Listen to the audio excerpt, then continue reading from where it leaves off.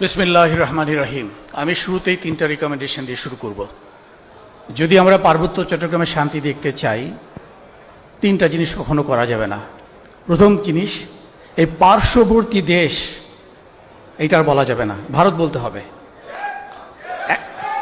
এখন তো আর ভাসুরের সম্পর্ক নাই, স্বামী স্ত্রীর সম্পর্ক তো শেষ, তাদের মেয়েদেরকে তারা নিয়ে গেছে। সো প্লিজ এখন থেকে পার্শ্ববর্তী দেশ শব্দটি বলবেন না।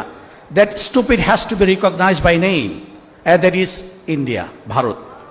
সেকেন্ড, আদিবাসী শব্দটা নিয়ে যখনই আপনি কথা বলবেন, আদিবাসী শব্দটা উচ্চারণ করবেন যখন, আপনার সঙ্গে আমার কোনো সমঝোতার কোনো স্কোপ নাই। There is no peace. You have to stop uttering this word. Indigenous people বা আদিবাসী বলে কোনো শব্দ ব্যবহার করবেন না, তাহলে আপনার সঙ্গে কোনো ধরনের সমঝোতা হবে না। এবং last thing, never use this word settler. Settler বলে কোনো কিছু নাই। আমার দেশে আমি যেখানে খুশি সেখানে থাকবো, সেটলার কিসের? এই তিনটা শব্দকে বাদ দিতে হবে। এরপর আমার জন্য 3 মিনিট সময়, আমি তিনটে ইস্যুতে কথা বলবো। First thing is thinking beyond intractability. এটা আমার ফার্স্ট ইস্যু। ইনট্র্যাক্টেবল শব্দটার বাংলাটা আমি ঠিক জানি না। যে সমস্ত সংঘাত বা সমাধানের কোনো সমস্যার কোনো সমাধান নেই, সেগুলোকে ইনট্র্যাক্টেবল কনফ্লিক্ট বলা হয়। এখানে আমাদের একটা ইন্টেলেকচুয়াল ব্লান্ডার আছে, আমাদের কিছু পলিটিক্যাল ব্লান্ডার আছে। ইন্টেলেকচুয়াল ব্লান্ডার হচ্ছে, আমরা যখনই পার্বত্য চট্টগ্রামের সমস্যার কথা বলি, এটাকে আমরা পাহাড়ি বাঙালি এই বাইনারি লেন্স দিয়ে দেখার চেষ্টা করি।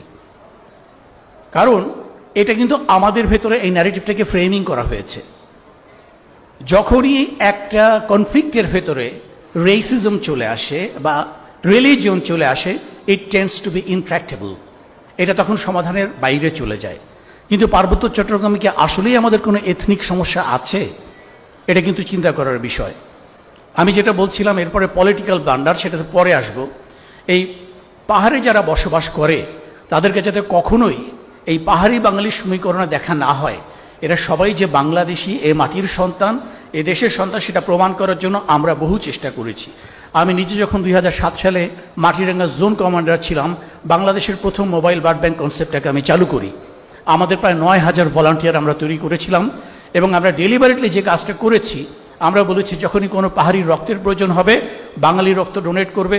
যখন বাঙালির রক্তের প্রয়োজন হবে, পাহাড়ি ডোনেট করবে। আমরা একে অপরকে রক্তের বাঁধনে বাঁধবো। আমরা সবাই একটা সম্প্রীতির বাংলাদেশ গড়ে তুলব। আমরা কিন্তু এভাবে ধীরে ধীরে পাহাড়ি বাঙালির যে ডিকোটমি, উই দে সিনড্রোম, যে বাউন্ডারির ওপাশে ওরা, এপাশে আমরা, এটাকে আমরা মিটিয়ে ফেলার চেষ্টা করেছি। আমি মনে করি পাহাড়ে এখন আর কোনো সাম্প্রদায়িক সমস্যা নেই। এটা একটা narrative which has been purposefully framed. এটাকে উদ্দেশ্য প্রণোদিতভাবে এই ন্যারেটিভটাকে তৈরি করা হয়েছে এবং এই ন্যারেটিভটা তৈরি করেছে আমাদের সেই ভারত। পাহাড়ে যদি কোনো সমস্যা থেকেই থাকে, এখানে দুটো গোষ্ঠী আছে, শান্তিকামী জনগোষ্ঠী, পাহাড়ি বাঙালি নির্বিশেষে শান্তিকামী জনগোষ্ঠী, আরেকটা হচ্ছে সন্ত্রাসী। এখানে কোনো ইউপিডিএফ, জেএসএস, আমি কোনো আলাদা নাম নেওয়ার কোনো প্রয়োজন বোধ করি না। যারা এই সন্ত্রাসের সৃষ্টি করবে, এই সম্প্রীতিতে ভাঙন ধরানোর চেষ্টা করবে, তারা সন্ত্রাসীদেরকে অবশ্যই মিলিটারিলি ডিল করতে হবে। এটা যদি সত্যিকার অর্থে কোনো সাম্প্রদায়িক সংঘাত হতো, সেই ক্ষেত্রে হয়তো পলিটিক্যাল প্রমিনেন্স বা ডমিনেন্স এখানে চলে আসতো। আমাদের পলিটিক্যাল ব্লান্ডারের শুরুটা হয়েছে শান্তি চুক্তির মাধ্যমে।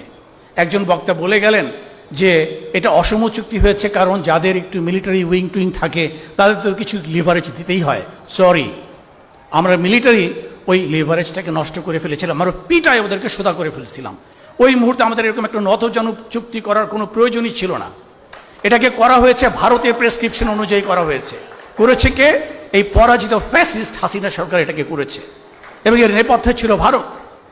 এই শান্তি চুক্তিকে অবশ্যই আমাদের নতুন করে মাইক্রোস্কোপিক অ্যানালিসিস করতে হবে। একটা দেশের ভেতরে আপনি যখন উপজাতীয় এবং উপজাতীয় বলবেন, আপনি যখন আমাকে ডিজোন করবেন, আপনার সঙ্গে কোনো শান্তি আলোচনা হতে পারে না। Sorry, I am absolutely sorry, there cannot be any peace talks. এদেশ আমাদের, এখানে কোনো উপজাতীয় উপজাতীয়, তাদের জন্য এক ধরনের নিয়ম, আমাদের জন্য এক ধরনের নিয়ম, এগুলো হতে পারে না। পলিটিক্যাল ব্লান্ডার আরও আছে। এই শান্তি চুক্তি যখন করা হলো, এরপরে তৎকালীন আমাদের যে বিরোধী দলীয় নেত্রী বেগম খালেদা জিয়া, উনি march towards Chittagong Hill Tracts করেছিলেন এটার বিরুদ্ধে। কিন্তু দুঃখজনক হলো সত্য যে যেভাবে করে এই হাসিনা সরকার সন্তুল আরমার মতো একটা টেরোরিস্টকে ক্ষমতায়ন করেছে, বছরের পর বছর তাকে আঞ্চলিক পরিষদের চেয়ারম্যান বানিয়ে রেখেছে বিনা ভোটে। ঠিক একইভাবে মেজর রাজেশের মতো লোক যে ভূষণ ছাড়া হত্যাকাণ্ডের অন্যতম প্রধান কুশীলব ছিল, নিজে পার্টিসিপেট করেছে, তাকে বিএনপি এমপি বানিয়েছে। So these are the political blunders. Of course Chittagong hill ট্রাক্সে এককভাবে কোনো রাজনৈতিক সামরিক সমাধান হতে পারে না, but the politicians have failed us. আমরা একটা প্রেক্ষাপট তৈরি করেছিলাম এই সমস্যাটার একটা শান্তিপূর্ণ গ্রহণযোগ্য স্থায়ী সমাধানের জন্য, কিন্তু তথাকথিত শান্তি চুক্তি, এটা বলে রাখা ভালো, এই চুক্তিটা কিন্তু CHT অ্যাকর্ড, এটা পার্বত্য চুক্তি, এটা কিন্তু শান্তি চুক্তি না। এটা একটা অশান্তির চুক্তি, এটা একটা কালো চুক্তি। এটাকে অবশ্যই র্যাটিফাই বা এটাকে কি বলা যায়, এটাকে অ্যামেন্ড করা উচিত, সম্ভব হলে এটাকে বাদ দেওয়া উচিত। কারণ আপনি যখন একটা চুক্তির মধ্যে একটা পার্টিকুলার জনগোষ্ঠীকে যখন আপনি প্রাধান্য দিবেন, আজকে হিল ট্রাক্সের ভিতরে 52% বাঙালির শিক্ষিতার হার মোটে 23%, আর ওদিকে আপনার 25%-এরও কম চাকমা শিক্ষিতার হার 70%। ডিসক্রিমিনেশনটা কোথায় হচ্ছে? বৈষম্যের শিকার কারা? এই যে আমার এক ভাই বলে গেলেন, ওই যে খিয়াং মারমা একজন বলে গেলেন যে এখানে অনেক ছোট ছোট ক্ষুদ্র নৃগোষ্ঠী আছে যাদের স্বার্থগুলো আমরা দেখি না। পুরো পার্বত্য চট্টগ্রামকে এই চাকমা, মারমা আর ত্রিপুরাদেরকে লিজ দিয়ে দেওয়া হয়েছে। ওয়াই? এটা তো আমার দেশ, এটা তো আমার সাংবিধানিক অধিকার যে আমি একজন সিটিজেন হিসেবে পার্বত্য চট্টগ্রামের যে কোনো জায়গাতে, পুরো বাংলাদেশের যে কোনো জায়গাতে আমি একজন নাগরিকের সুবিধা ভোগ করব। ওখানে ডিসক্রিমিনেশন কেন করা হবে? কাজেই আমি শেষ কথাটা যেটা বলতে চাচ্ছি সেটা হচ্ছে, যদি বৈষম্য দূর করতেই হয়, বাঙালিদের বিরুদ্ধে বৈষম্য দূর করুন।